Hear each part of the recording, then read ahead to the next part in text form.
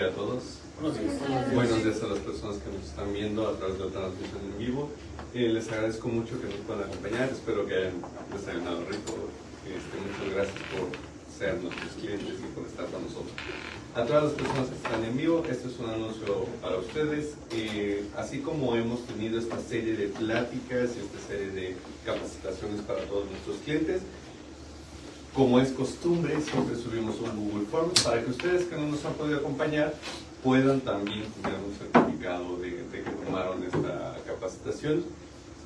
En esta ocasión, el Google Forms lo vamos a subir el día lunes, entonces estén muy pendientes para que puedan ver el Google Forms, llenarlo. Recuerden que pueden ver la transmisión de todas formas en este mismo link, en nuestro perfil de Facebook va a estar, y si no lo pueden encontrar en YouTube. Cualquier cosa nos pueden mandar mensaje y les compartimos el link para que ustedes puedan verlo, cotejar, llenar la información, llenar su Google Forms y tener su certificado. Recuerden que tienen que tener al menos el 85% de respuestas correctas para poder contar con ese certificado.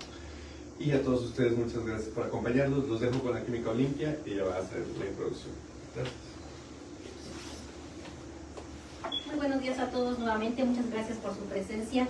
Gracias por acompañarnos en este día tan frío. Muchísimas gracias por su presencia. A toda la gente que nos acompaña desde Facebook, gracias nuevamente por recibirnos a través de esta plataforma. Les pedimos que nos sigan aportando aquellas ideas que tengan como duda, algunos temas en especial. Ustedes necesiten, nos aportan mucho y nos enriquecen para poder solicitar a alguien que nos venga a dar una ponencia. En este caso, el día de hoy nos acompaña el doctor Jorge Telles Mendoza, él es endocrinólogo. Nos va a dar el tema de factores de riesgo cardiovasculares no tradicionales. Los dejo con el doctor, sean todos bienvenidos. Adelante, doctor. Hola, buenos días. Quiero agradecer al laboratorio de referencia a Eli y a sus autoridades su atenta invitación. Quiero ver cómo está compuesto el auditorio. ¿Cuántos son médicos?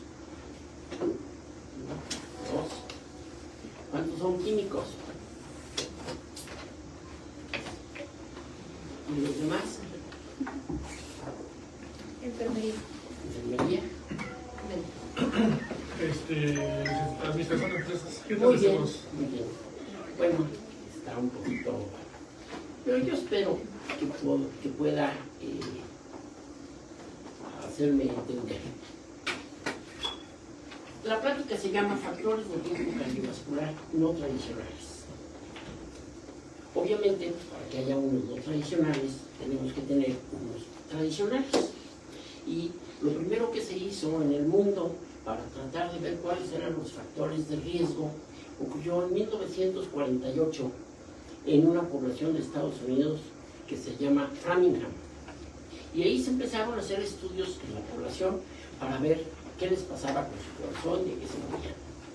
Y los estudios han seguido corriendo y fue lo primero que, con elementos serios, empezó a dar luz sobre qué pasaba con los seres humanos y por qué se enfermaban del corazón. Obviamente, en ese entonces no se tenía idea muy clara del colesterol. Entonces, lo primero que se hizo en el estudio de Framingham y Mijal era pensar en la hipertensión arterial. En estas épocas no había tantos alimentos industrializados, razón por la cual pues, no había esto del exceso de sodio en la población. Todos sabemos que uno de los grandes conservadores de alimentos es el sodio, la sal. Y cualquiera que vamos a comer algo salado, está muy salado, no lo queremos. Pero la industria encontró un conservador que no supiera salado, que fue el benzoato de sodio. Y entonces ahí empezó la industria alimentaria a hacer su boom, de cometer unos productos industrializados que no sabían salados, pero tenían cantidades enormes de sodio, no en forma de cloruro, sino en forma de cloro. Y entonces el primer estudio realmente de Framingham fue qué hacer con la hipertensión arterial, que había que disminuir el sodio, pero que faltaban todos estos factores que hoy tenemos presentes. Lo otro que intentó el estudio original de Framingham era ver qué pasaba con el colesterol. Estamos hablando de 1948, 1949, 50, y entonces no teníamos todo este bagaje de conocimiento.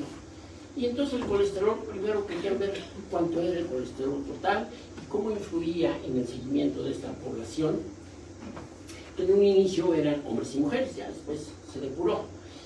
Y aparte de esto, luego quisieron ver qué sucedía con el tabaco.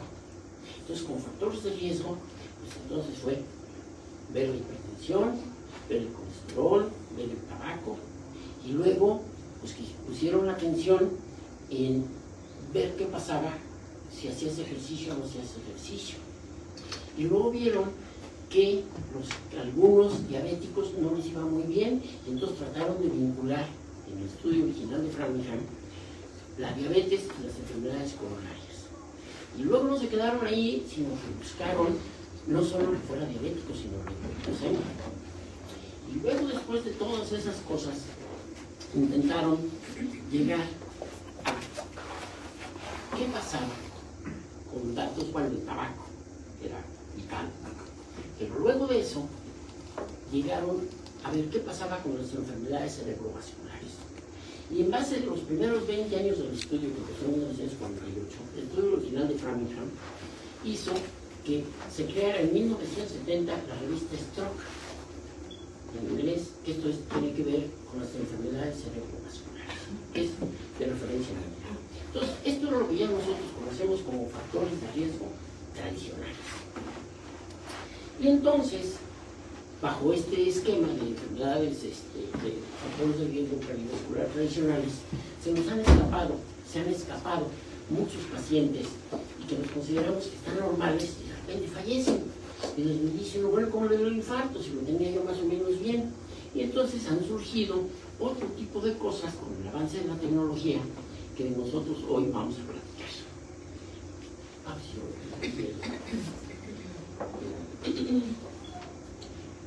Esta.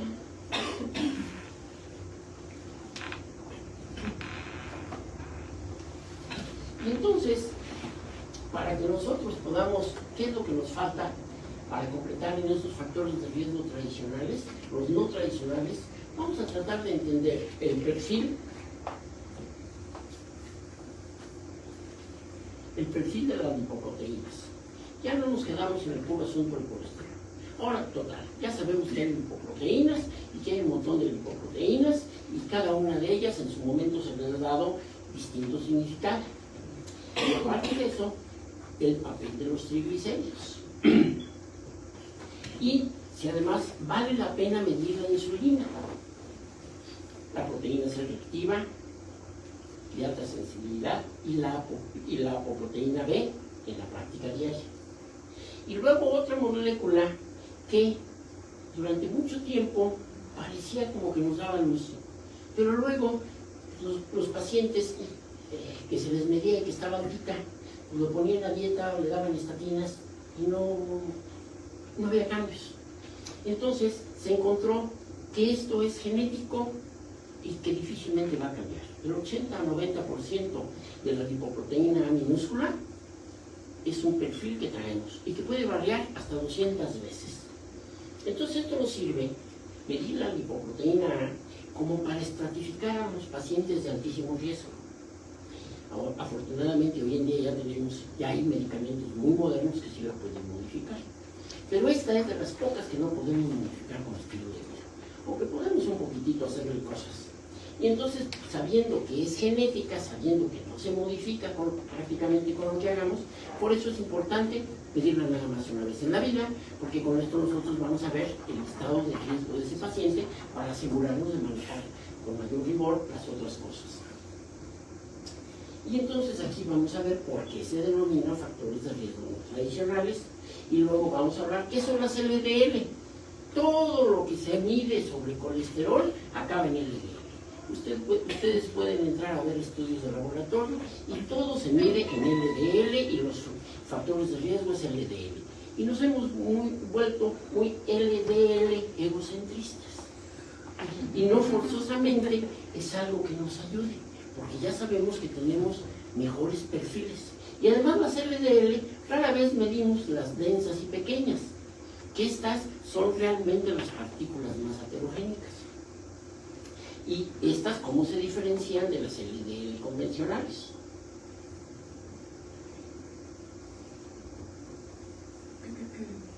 Vamos a hablar, por ejemplo, de este factor de riesgo tradicionales que apareció en el ATP3 de Estados Unidos. Y entonces nos decía que teníamos un riesgo elevado si nosotros teníamos un hombre que tiene más de 45 años. Ya tiene punto por ser hombre y tener más de 45 años. Y si era mujer, para tener punto había que tener 10 años más. O menopausia prematura. Lo cual indica que el estrógeno es protector para las mujeres.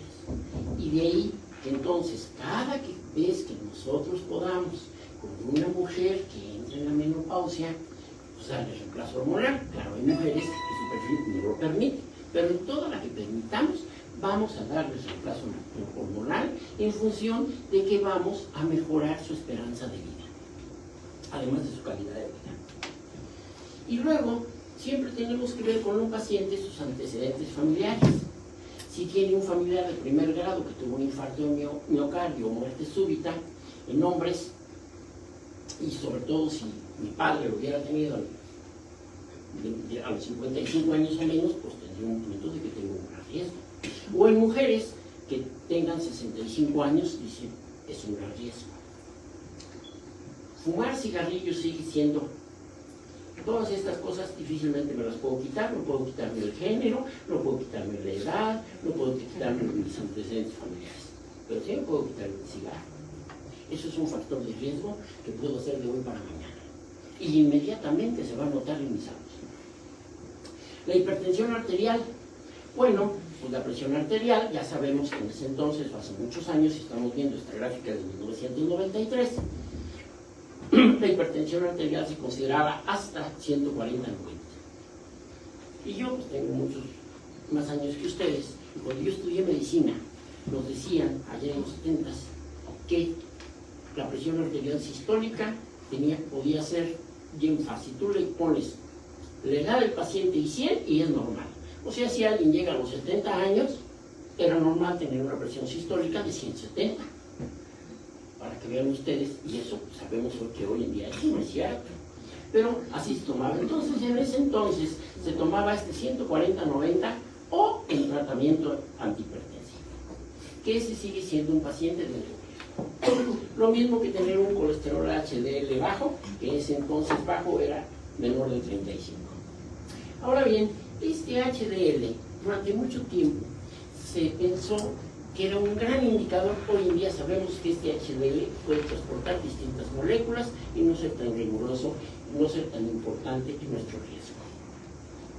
Pero sí sabemos que la diabetes mellitus es un factor terrible para el infarto, para las cardiovasculares. El 75% de los pacientes diabéticos padecen un infarto y fallecen de infarto. Esa es la marca. Por eso nuestra primera causa de mortalidad en México en este momento es enfermedades cardiovasculares. Y la segunda viene siendo... ¿Puedo hablar más fuerte? Bueno, mi voz no es tan fuerte, pero si no ya no voy a hacer. Lo voy a intentar. Y entonces, el 75% de los diabéticos desgraciadamente fallecen de infarto. ¿Por qué? Al ratito les voy a explicar qué hace el azúcar. Y por qué tenemos todas estas cosas que, como repito, son desde 1993. Y luego nos vino el Framingham 2. Y entonces en estos estudios nos hablaba de enfermedades cardiovasculares y obesidad. Que aquí nos faltaba ese factor. Y este Framingham 2 nos dice que la mortalidad a 30 años es 4 veces mayor en hombres obesos. Que esto parece desde el 85. Y luego el estudio de salud de las enfermeras nos dice que hay 12 veces más el riesgo relativo de enfermedad cardiovascular en mujeres obesas. O 2 a 4 veces cuando se controlan los factores de riesgo tradicionales. Ya estamos en 1990. Y luego el estudio de salud de enfermeras 2 nos dice que hay un riesgo de 4 veces de muerte en mujeres no fumadoras con un índice de masa corporal mayor de 30. Esto es 95. Y luego el estudio de salud el estudio de profesionales de salud en Estados Unidos, hay un riesgo 3 veces mayor en hombres que ganaron más peso desde los 21 años. Híjole, allí casi la mayoría estamos de los hombres. Yo cuando tenía 21 años pesaba 79 kilos. hoy peso 89. Entonces, pues sí, he ganado peso, la gran mayoría lo ganamos de los 21 años, pero es un factor que se ha estudiado estadísticamente. Ahora, la obesidad, que ahorita ya vemos que tenemos sobrepeso y obesidad en México alrededor del 75%, imagínense lo importante de esto. La obesidad, que tiene mecanismos independientes para las enfermedades, vienen siendo las enfermedades coronarias. Y entonces, esto tiene que ver, ¿por qué la obesidad? Porque hay hormonas que derivan de los adipocitos. Y estas hormonas que derivan de los adipocitos nos pueden actuar para bien o para mal. No sé cuántas personas de ustedes hayan oído hablar de adiponectina. Es una de las más de 50 hormonas que produce el tejido adiposo, y la adiponectina nos ayuda, nos arregla muchos de nuestros problemas. Pero a la vez estas hormonas de aquí van a ser deleterias para nuestra salud. Y entonces una cosa es ver las hormonas que derivan de los adipocitos, y otra cosa es que tenemos adipocitos, pero tenemos tejido adiposo visceral, que es diferente del tejido adiposo subcutáneo. Y entonces, si esto se disfunciona, nos va a dar hiperinsulinemia. Y si esto sigue disfuncionando, vamos a tener un metabolismo lipídico postprandial, que ahorita vamos a ir a analizar. ¿Qué sucede? Si yo tengo aquí una grasa almacenada, ojalá fuera una lata de manteca, pero esa grasa almacenada que yo tengo es una grasa viva, porque está dentro de un tejido que produce hormonas, que es el gran administrador de nuestro cuerpo, que es el tejido adiposo. Entonces, este tejido adiposo, cuando la célula grasa se llena, se expande, sus receptores de membrana empiezan a disfuncionar. Y esa disfunción hace que esta hormona maravillosa disminuya.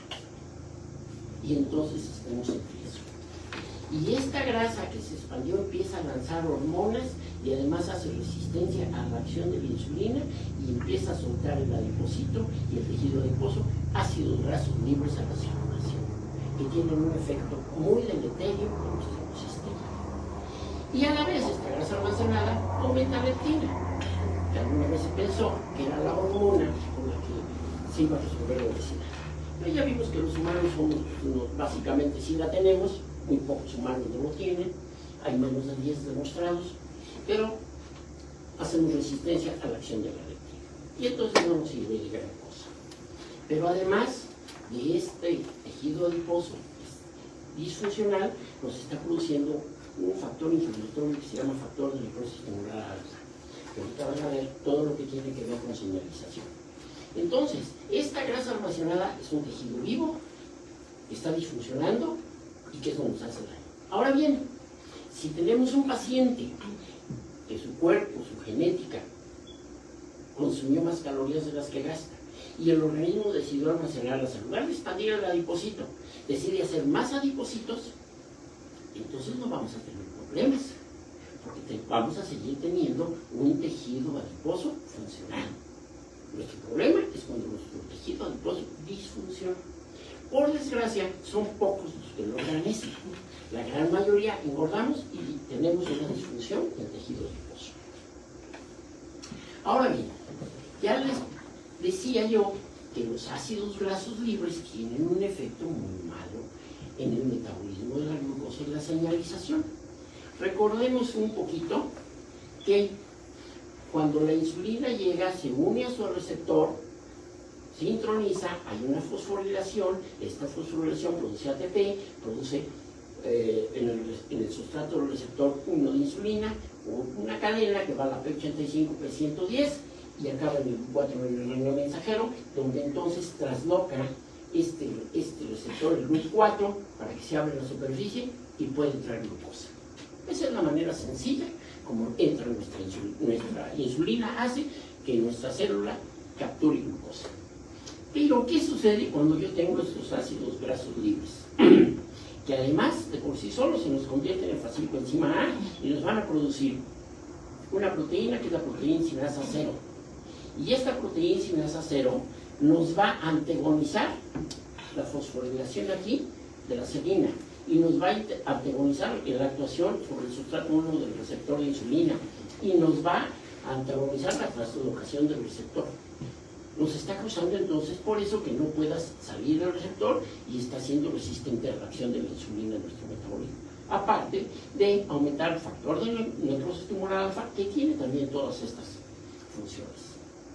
Entonces, ¿cómo desde la grasa se nos vinieron esos ácidos grasos libres y acabamos teniendo una dificultad para señalizar la insulina? Y por eso se llama resistencia a la acción de la insulina. Y entonces nosotros podemos tener que si tomamos insulina en los controles es muy variable. Los humanos pueden tener 2, 4, 6, 8, 10, 25. Es muy variable. Pero, ¿qué va a suceder cuando el páncreas detecta que el azúcar se subió? Pues en ese momento, antes de llegar a la diabetes, dice, aumento la, si tengo con qué, aumento la producción de insulina. Lo mismo va a suceder con una prueba de tolerancia a la glucosa que se está elevando y el páncreas ve el azúcar alta y empieza a producir más insulina.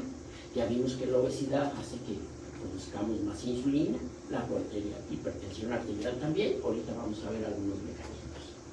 Entonces, estas enfermedades, o aunque todavía estemos en intolerancia a los carbohidratos y no llegamos a diabetes, normalmente en la primera fase hay una hiperinsulinemia. Y antes de aparecer la diabetes, primero hubo una hiperinsulinemia. Porque el organismo necesitaba controlar la glucosa y controlar los otros factores. Y mientras en el camino trajo al páncreas, pero a latigazos para que produjera más, hasta que el páncreas un día ya no puede. Y entonces en ese momento es cuando nosotros encontramos la enfermedad. Y entonces hubo un autor que escupió, que se puso a ver cuáles serían los niveles básicos de insulina en los pacientes que se impactaban. Y empezó a sacar sus estadísticas y encontró que aquellos que tienen menos de 8, su riesgo relativo es 1, igual. Los que tenían entre 8 y 10 subía a 1,6. Los que tenían, curiosamente, en ese estudio que él hizo, de 10 a 12, pues estaban un poquito bajito, en 1,5.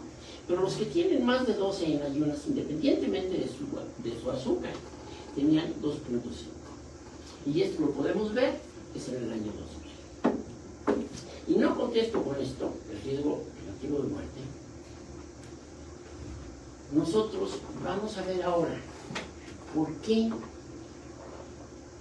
este asunto de la insulina, que obviamente luego el organismo hace una hiperinsulinemia compensatoria.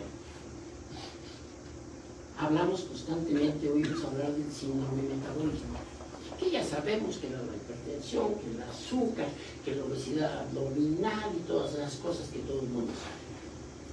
Pero si queremos entrar a la molécula, ¿cómo es que es el síndrome metabólico que todos vemos? Bueno, pues sabemos que hay una influencia genética, pero sobre todo esta influencia ambiental. Esta influencia ambiental que tiene que ver con lo que comemos.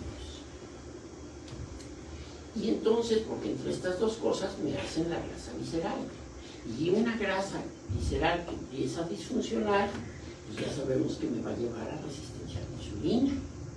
Y el organismo, ante la primera vez cuando puede, pues compensa produciendo más insulina, siendo una hiperinsulinemia. Y entonces ya sabemos que esta hiperinsulinemia nos va a alterar el metabolismo de la glucosa. Ya sabemos que esta hiperinsulinemia nos va a alterar el metabolismo del ácido úrico, porque nos va a incrementar el ácido úrico, va a disminuir el aclaramiento de ácido úrico, va a haber una dislipidemia con aumento de triglicéridos, con disminución de HDL y con la aparición de pequeñas y densas LDLs. Esta misma hiperinsulinemia en la hemodinámica nos va a incrementar la actividad del sistema nervioso central y nos va a incrementar la retención de sodio y les va a incrementar la hipertensión arterial. Y si lo vemos desde el punto de vista homeostático, nos va a incrementar el PAI-1, que es el inhibidor del activador del plasminógeno, que cuando esto se da, entonces se nos vuelve un estado protrombótico. Y además nos va a incrementar el fibrinógeno. Entonces vean nomás cómo se nos está creando aquí una tormenta perfecta para crear la enfermedad coronaria. Y entonces este síndrome metabólico que tanto trabajo cuesta a la gente luego entender, y a los médicos, es porque no quieres pensar en que todo estuvo aquí. Si yo tengo un paciente que tiene problemas renales y le digo yo, es que su riñón no está funcionando bien, usted es un nefrópata, porque la unidad funcional de la nefrona es un nefrópata, ¿cómo le llamaría yo a este individuo? Pues que tiene una adipopatía, porque es una disfunción del tejido adiposo. Entonces, si nosotros vemos no nomás el contenido de la grasa visceral, sino que está funcional o no funcional, vamos a tener una adipopatía y entonces le podemos encontrar todas las formas al síndrome metabólico. La pregunta es, ¿cómo la hiperinsulinemia y el exceso de grasa provocan esta disfunción? Me equivoqué aquí, endometrial. No, el endometrio no tiene que ver. Disfunción endotelial. ¿Cómo dicen? Error de dedo. Y entonces, si entramos de nuevo entre los depósitos de grasa visceral, estos depósitos de grasa visceral, por lo que ya vimos, aquí mismo dentro del adipocito, vamos a tener una resistencia a la acción de la insulina. Esta resistencia a la acción de la insulina del adipocito va a hacer que arroje a la circulación ácidos grasos libres que quiera vaciarse. Entonces, este exceso, que deberían estar guardaditos, este exceso de ácidos grasos libres que está aventando a la circulación, tiene un aumento de la lipólisis, tiene un aumento del cortisol, hay un aumento de la insulina y tengo por todos lados ácidos grasos libres. Que estos mismos ácidos grasos libres aumentan la producción hepática de las partículas de muy baja densidad. Y esto a la vez nos va a hacer que tengamos unos triglicéridos elevados. Y esto nos va a dar que tengamos colesterol HDL, el protector bajo. Y pues se nos va a incrementar el PAI-1 y va a haber una aterosclerosis y una enfermedad coronaria. Y todo esto con un LDL y colesterol total normal. Entonces el paciente, mientras que estaba nada más en esto tan sencillo, no pasa nada. Entonces aquí tenemos todos los otros factores de riesgo. Es la insulina aterogénica, nomás para que vean todo lo que hace la insulina. La hiperinsulinemia nos va a aumentar la síntesis arterial de lípidos. De repente, ¿cómo que en las arterias se sintetizan lípidos? Sí, la insulina hace esas cosas. Nuestro cuerpo es muy complejo y hace muchas cosas que ni nos imaginamos. Lo mismo hace un aumento de la síntesis de la matriz del tejido conectivo. Y entonces vamos a tener unas arterias endurecidas, fuertes, no tan flexibles. Va a haber el exceso de insulina, va a haber un aumento de la proliferación y migración de las células del músculo liso arterial y macrófagos. Todos los mecanismos que ocurren para luego hacer la célula espumosa, aquí se están dando los inicios. Luego, un aumento de la migración de las células endoteliales. Un aumento de la actividad del receptor de LDL en las células del músculo liso arterial y macrófagos. Mayor captura para formar la célula espumosa, que ya sabemos que es la que nos hace el trombo, que nos cierra la luz de las arterias. Y hay un aumento en el nivel del factor inductor activador del plasminógeno 1, el famoso PAI-4. Y ya estamos viendo entonces que nada de estas cosas pues, eran ya gratis. Y hubo un autor que me encanta, que es Cupio.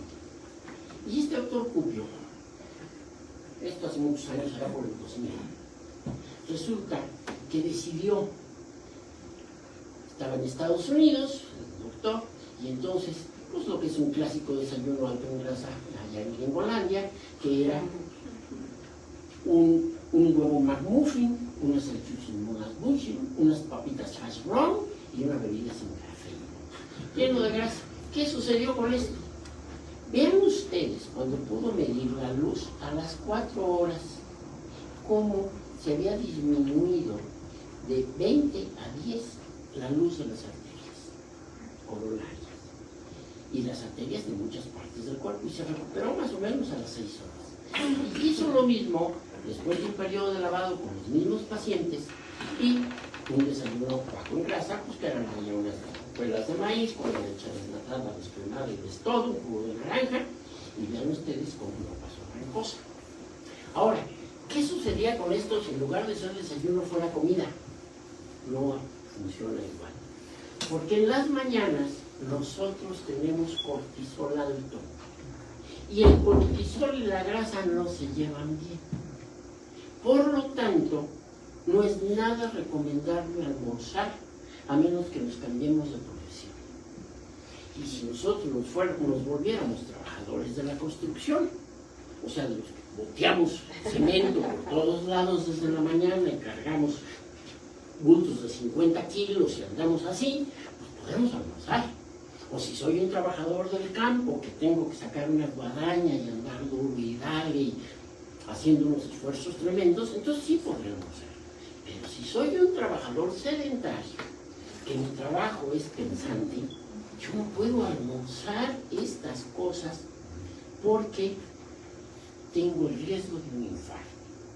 La grasa entra bien en el ser humano cuando decae el cortisol, que es después de las 14 horas. Ténganlo presente. Ahora bien, lo anterior nos indica que existen factores de riesgo coronario y cardiovascular que no son intencionalmente evaluados en la práctica diaria. ¿Cómo son? La ApoB. La ApoB tenemos muchos años y no se le tomó mucho en cuenta. Y ahora sabemos que la ApoB es realmente la partícula que lleva el colesterol aterogénico oxidado, el que nos va a causar los problemas. Que si yo tengo entonces una ApoB normal, o sea, menos de 120, y tengo una LDL alterada, yo no me preocuparía mucho. Pero si yo tengo una LDL normal y una ApoB alta, ese paciente está en gran riesgo. Es más riguroso de cualquiera de las cosas la apoproteína B que las LDL pequeñas y densas y que cualquier otras cosas. ¿Por qué? Porque esta ApoB, nosotros sabemos que lo que comemos entra, se va por kilomicrones y se nos va a formar la grasa de la dieta en la apoproteína B48. Y la ApoB100, que es lo que más contiene, es hepática.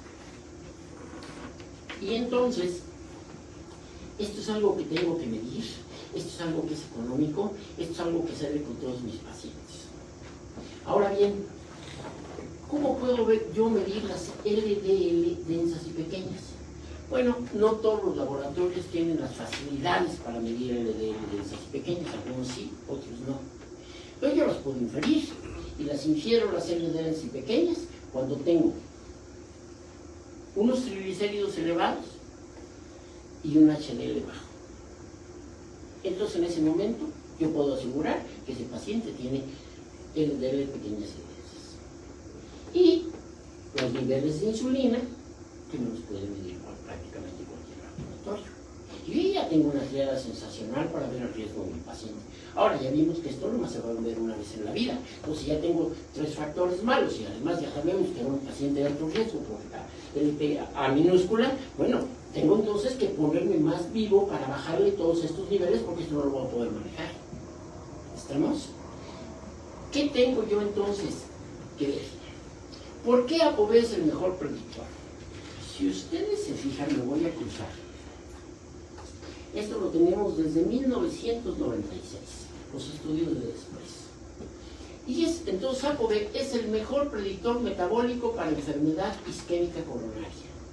Niveles de ApoB e hiperinsulinemia son las más comunes variables observadas en el paciente obeso visceral de alto riesgo coronario.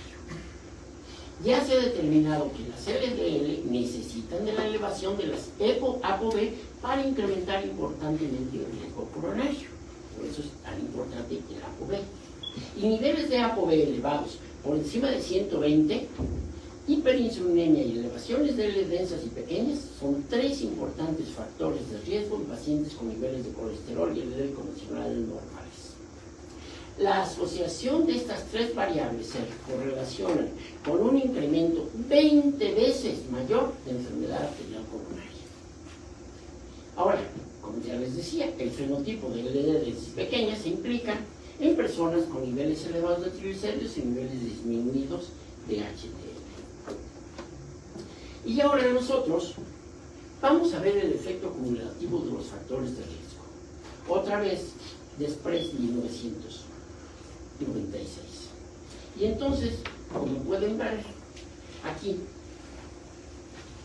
si yo tengo pacientes que tienen menos de 12 en ayunos de insulina, ¿cuál es mi riesgo? 1. Si yo tengo esos que tienen menos de 2, pero los triglicéridos son tan altos, se me va a 1,5. Y digo, no es tan grave. Si estoy entre 12 y 15, aunque tenga mis triglicéridos normales, ya tengo factor 4 o 5.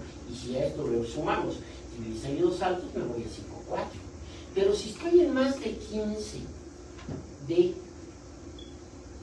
insulina, independientemente de mis valores de glucosa, el puro hecho de estar arriba de 15 tengo un riesgo de 5,3, y si a esto le sumamos triglicéridos, 6,7. Luego, si ahora vemos niveles de insulina contra la tasa de colesterol total sobre HDL, ya sabemos que luego el colesterol total está alto, HDL bajo, y esto es lo que nos da la tasa o la fracción. Entonces, este pacientito de menos de 12 ya vimos que es 1, si además tiene ese colesterol alto y HDL bajo, nos da 3,4.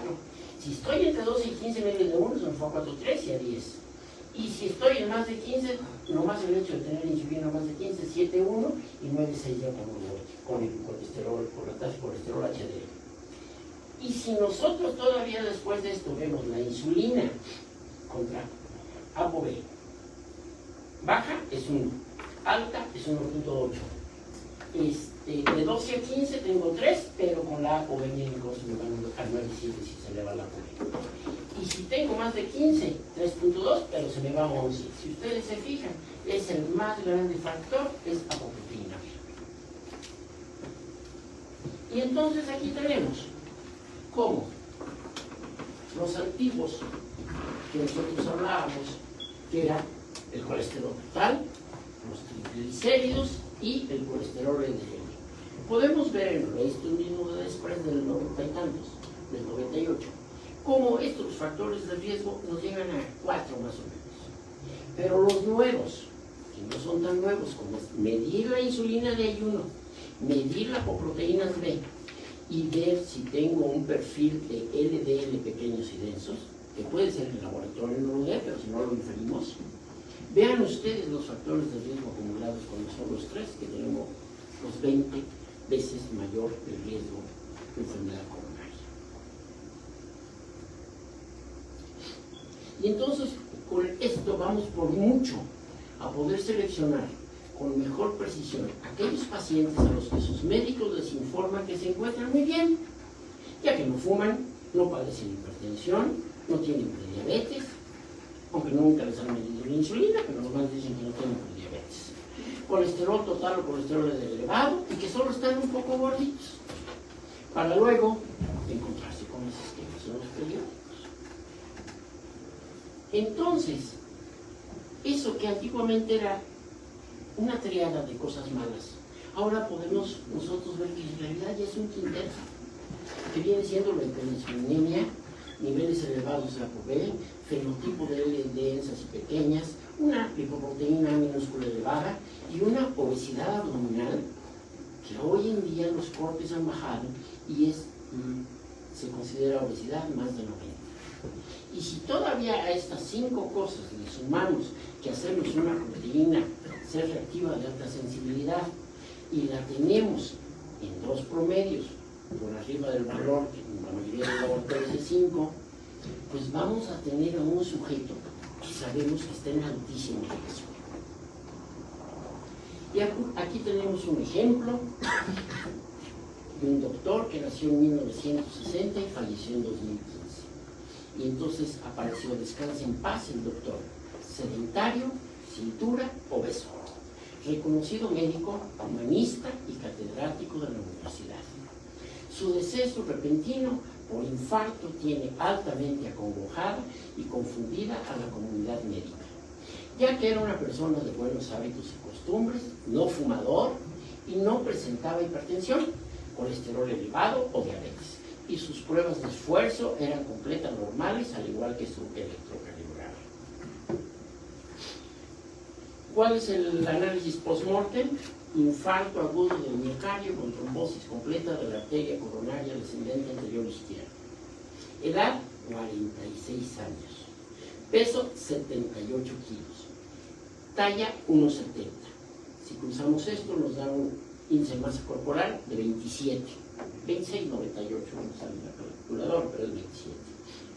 Y si a eso vemos un colesterol total de menos de 200, una tensión arterial de 125/80, un LDL de 125, pero ¿qué sucedía con su perfil no convencional? ApoB estaba en 135, HDL en 35, la cintura, me equivoqué aquí, no es 130, era 103, la insulina en 38, o sea, alta, altísima, acuérdense, aquí arriba de 15 es una insulina muy mala. Triglicéridos 165, glucosa postcarga 100, y todavía pues tenía su proteína C reactiva alta en 2 ocasiones. Muchas gracias. ¿Dudas, comentarios, preguntas?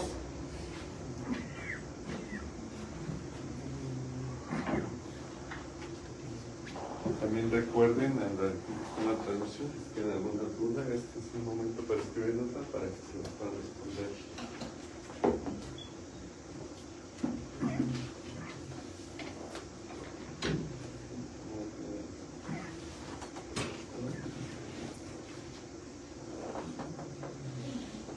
Creo que fue muy claro.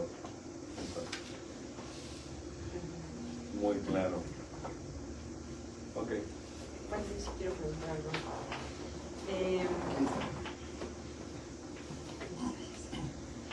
Es muy preocupante.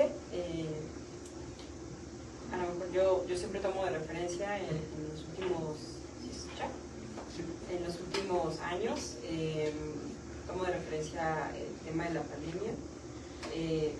Quiero expresar algo relacionado con la importancia de la prevención y lo que realmente se está haciendo en salud pública o en primer nivel, porque es donde se tendría que tener una nueva capacitación o una nueva manera de hacer clínica.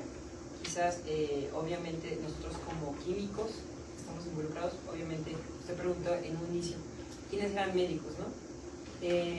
¿Hacia dónde se está llevando este diagnóstico?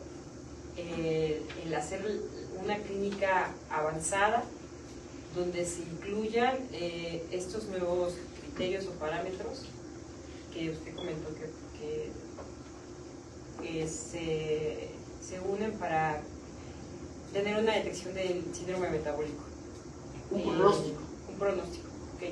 Para justamente evitar estos desenlaces coronarios en pacientes donde quizás puedan tener un diagnóstico principal y no solamente con un electrocardiograma, ¿no? Sino con más elementos. Es de suma importancia que tengamos como esos criterios o esa capacitación en el diagnóstico clínico para que pues, se pueda tener esa prevención y, como bien lo dice, un buen pronóstico, porque me imagino que están en aumento así que las defunciones por problemas coronarios o cardíacos. Sí, es la primera causa de muerte en México, las enfermedades cardiovasculares, pero en Estados Unidos también. Ahora les platico algo. Clínicas Médicas de Norteamérica, para los que no son médicos, es una referencia importantísima.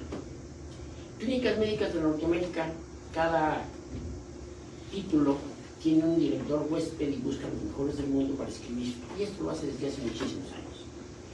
Clínicas Médicas de Norteamérica, de 1979, pone en relieve la enfermedad coronaria,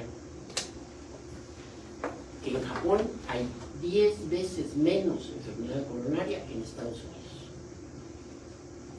Pasan 40 y tantos años, 45 años desde 79 a la fecha de hoy, y Estados Unidos y Japón siguen estando igual. 10 veces más enfermedad cardiovascular en Estados Unidos contra Japón. Yo fui profesor y alguna vez alguno de mis alumnos discutía, le dije, a ver, nomás piensen, ¿qué es lo que come un vecino del norte? Le encanta la res, se la muele, hace una hamburguesa. Y luego le pone doble queso.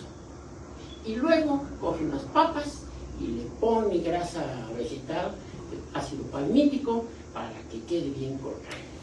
Y luego coge una leche, que puede ser descremada o no, y se la pone a la licuadora. Y luego agarra una bola de helado, que el 99% tiene ácido palmítico, y luego la santifica con unas fresas. Y a mí hizo un milkshake, perdón, en español, una malteada. Y entonces el vecino del norte, ¿qué es lo que come? Su hamburguesa con doble queso, sus papas y su malteada. Ahora, ¿qué come el japonesito que tiene 10 veces menos queso? Su arroz hervido, sus verduritas con unos palillos y pescado crudo que no le puso nada de grasa, ni frituras, ni nada en general. Hay cosas. ¿Qué tenemos entonces nosotros que pensar sobre qué tenemos que hacer? ¿Esperar que alguien venga a resolver nuestros problemas o nosotros empezar a ser responsables de nuestro cuerpo? Ahora, llevando ese ejemplo a México, ¿qué tipo de desayuno se está teniendo en la población en general? Y el ayuno prolongado, ¿cuál sería la repercusión? El ayuno prolongado no encuentro yo ningún sentido. Simplemente son modas. Yo puedo hacer un desayuno, que como hemos platicado, que tiene que ser sin grasa. Entonces, me puedo desayunar una fruta, unas claras de huevo, un café, unos jitomates y vete a trabajar. Y ya cuando pasen las 2 de la tarde, entonces me puedo ir a comer unos tacos de carnitas, o me puedo comer un pescado frito, me puedo comer una ensalada, me puedo comer las tortillas y puedo comer unos frijoles, no va a pasar nada. Pero voy a evitar las grasas malas. Entonces no voy a comer grasas vegetales, nada que tenga ácido palmítico, y voy a querer evitar vivir de lácteos. Los humanos no necesitamos vivir de lácteos, que además todos los lácteos, los que saben bioquímica saben que es ácido butírico, que no nos va nada bien en nuestro metabolismo. Muchas gracias.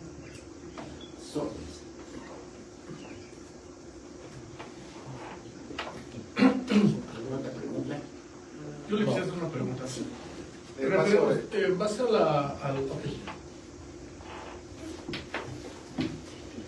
Gracias. En base a todo lo que ha estado mostrando, es en relación a gente que tiene alteración en cuestiones de sal, de cuestiones que tiene que ver mucho con la diabetes, ya lo vimos. Pero ¿qué pasa con aquellos pacientes o aquellas personas que ya por genética tienen diabetes tipo 1, que al final del día ellos tienen que tener un conteo de carbohidratos y su alimentación es básica en proteínas? Ahí, ¿qué riesgos podrían tener ese tipo de gente que maneja ese tipo de enfermedad? Número 1, vamos a no dar por sentado cosas. Un diabético tipo 1 es un individuo que tuvo una enfermedad autoinmune y entonces le mató las células productoras. Correcto. Entonces, ¿qué necesito? Ponerle insulina. Sí. ¿Y qué tengo que darle de dieta? Normal. No tiene que ser una dieta con esas cosas. Y igual lo tengo que cuidar de que no se meta grasa mala. Es una dieta normal donde yo le pueda dar 40% de carbohidratos, 25 gramos de calorías en proteínas y el resto de grasa. Pero grasa saludable, y es la grasa animal, no la vegetal. Ok. Gracias. Y hoy hay un montón de insulinas que podemos manejar muy bien, empezando desde insulina, los que son médicos sabemos que hay unos análogos como es la glargina que se van liberando despacito, y luego tenemos unas que entran en 8 o 9 minutos, y luego se pueden medir con un glucómetro acá, y otros pueden tener una bombita. O sea, es mucho el manejo. Pero la dieta del diabético tipo 1 es igual a la de una persona normal.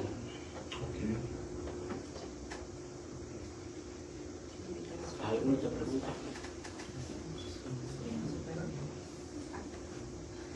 Yo tengo otra pregunta. Sí. Bueno, tengo...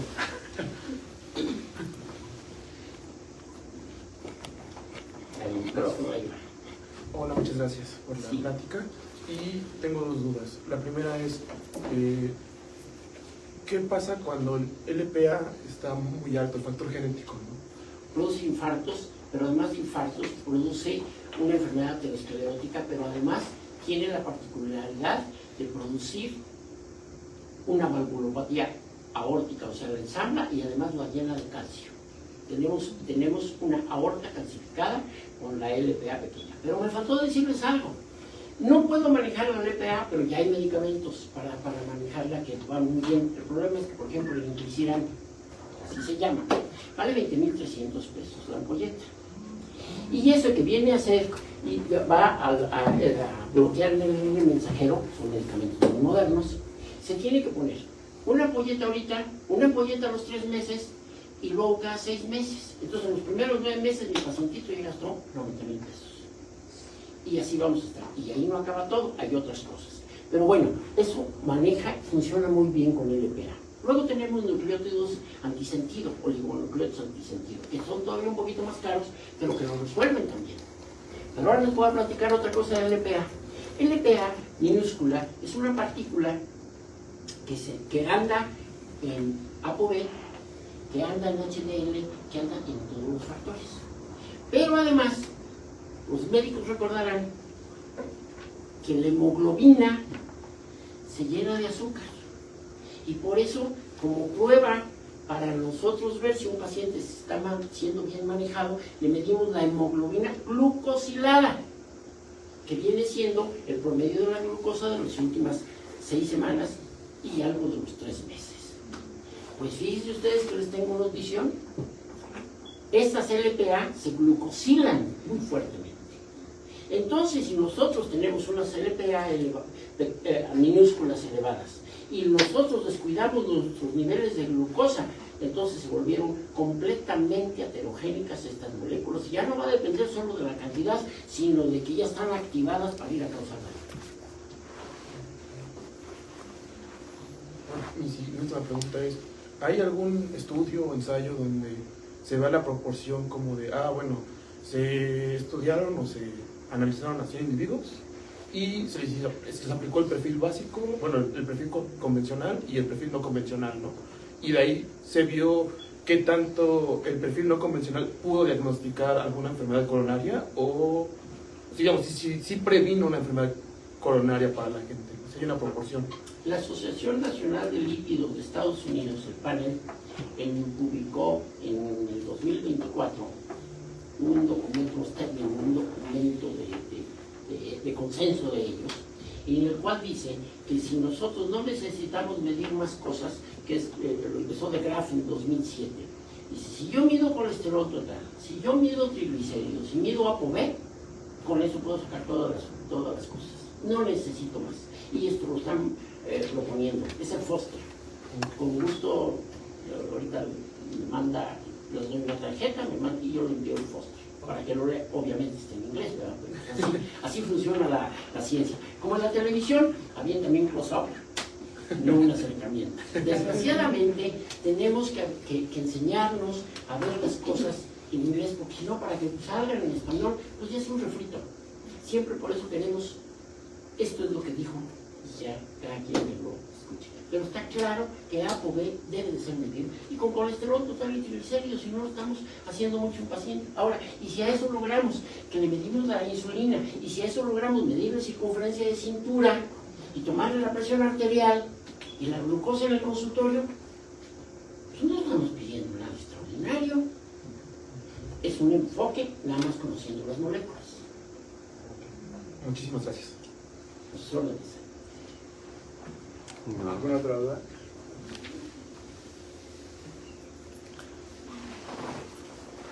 Bueno, pues muchas gracias a todos. A nombre del Laboratorio de Referencia ELI, quiero agradecer al doctor Jorge Telles Mendoza por esta ponencia que nos dio. Muchísimas gracias, doctor, y pues vamos a brindarle un aplauso al doctor. Queremos hacerle entrega, doctor, de este diploma como reconocimiento pues a la plática que nos vino usted a brindar. Muchas gracias también a nuestros espectadores de nuestras redes sociales. Les recuerdo que también este tema va a estar disponible también en las redes sociales. Si lo quieren volver a consultar, va a estar disponible también ahí. Muchas gracias a todos por su asistencia y muchas gracias a nuestro público de redes sociales. Antes de que se vayan, como dicen, un anuncio parroquial. Resulta de que este tema, pues tengo muchos años trabajándolo. Ya les platicaba yo que fui profesor. Y entonces, allá por el 2009, con mis alumnos en un congreso, pues decidieron ponerse abusados, y en el 2009 hicieron estas memorias del congreso que quedó como un librito.